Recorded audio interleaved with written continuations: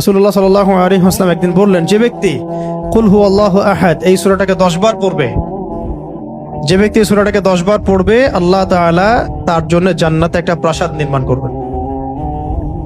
তো এই কথাটা শুনে ওমর রাদিয়াল্লাহু আনহু বললেন, ওমর ইবনে খাত্তাব তিনি বললেন যে তাহলে তো আমরা অনেক প্রাসাদের অধিকারী হয়ে যাব ইয়া রাসূলুল্লাহ।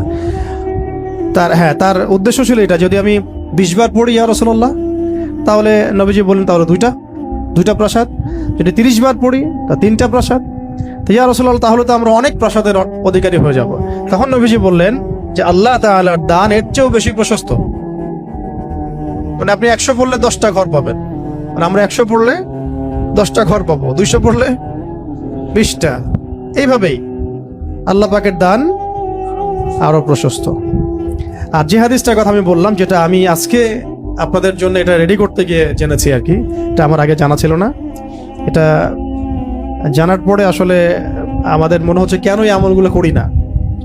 এত সময় দেখা যায় যে অনেক সময় অনলাইনে বসে থাকছি, তাই না?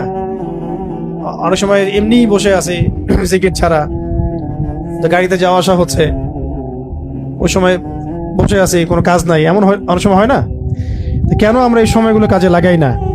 এই লাস্ট হাদিস, একজন সাহাবী ছিলেন যার নাম মুয়াবিয়া ইবনে মুয়াবিয়া বিন মুয়াবিয়া আল মুজানি রাদিয়াল্লাহু তাআলা আনহু। তিনি ইন্তেকাল করেছিলেন এবং নবী সাল্লাল্লাহু আলাইহি ওয়াসাল্লামের তিনি সাহাবীদেরকে নিয়ে জানাজার নামাজ পড়া হলো। ভালো করে শুনুন, মুয়াবিয়া ইবনে মুয়াবিয়া আল মুজানি রাদিয়াল্লাহু তাআলা আনহু ইন্তেকাল করলেন। নবী সাল্লাল্লাহু আলাইহি ওয়াসাল্লাম সাহাবীদেরকে নিয়ে তার জানাজার নামাজ পড়ালেন। পড়ানোর পরে নবী সাল্লাল্লাহু আলাইহি ওয়াসাল্লামের কাছে জিবরাইল আলাইহিস সালাম আগমন করলেন এবং তাকে জানিয়ে দেওয়া হলো ওহীর মাধ্যমে যে এই সাহাবীর জানাজায় আমি জিবরাইল আলাইহিস সালাম বলছেন 70,000 ফেরেশতা সহ আমি উপস্থিত হয়েছিলাম। 70,000 ফেরেশতা সহ এই জানাজা সালাতে আমি উপস্থিত হয়েছি। তো নামাজ শেষে নবী সাল্লাল্লাহু আলাইহি ওয়াসাল্লাম জিজ্ঞাসা করলেন যে ইয়া জিবরিল হে জিবরিল বিমা বালাগা মুআবিয়া ইবনে মুআবিয়া হাদিহিল মানজিলা। এই সাহাবীর মুআবিয়া ইবনে মুআবিয়া রাদিয়াল্লাহু তাআলা আনহুর কোন কারণে এই মঞ্জিলে তাকে পৌঁছে দেওয়া হলো? কোন কারণে তাকে এই মঞ্জিলে পৌঁছে দেওয়া হলো, মানে এত উঁচু মাকাম দেওয়া হলো?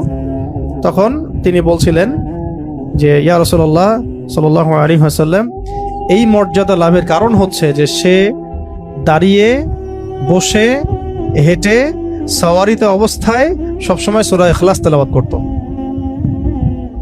এই মর্যাদার কারণ হচ্ছে সে দাঁড়িয়ে, বসে, হেঁটে হেঁটে, সাওয়ারিতে, মানে সার্বক্ষণিক তার আমলে ছিল, খুসুসি আমল ছিল সূরা ইখলাসের বেশি বেশি তেলাওয়াত। সুবহানাল্লাহ। এটা মুসনাদ আহমদে আসছে হাদিসটা, আরো কিছু হাদিসের মধ্যে আসছে হাদিসটা। তো আল্লাহ পাক আমাদের সবাইকে এই সূরার প্রতি বেশি বেশি আমল করার তৌফিক দান করেন। অনেকগুলো ফজিলত পেলাম, তাহলে ফজিলতগুলোর মধ্যে এগুলো সব অথেন্টিক, এগুলো নিয়ে কোনো ইনশাআল্লাহ সন্দেহের কিছু নাই।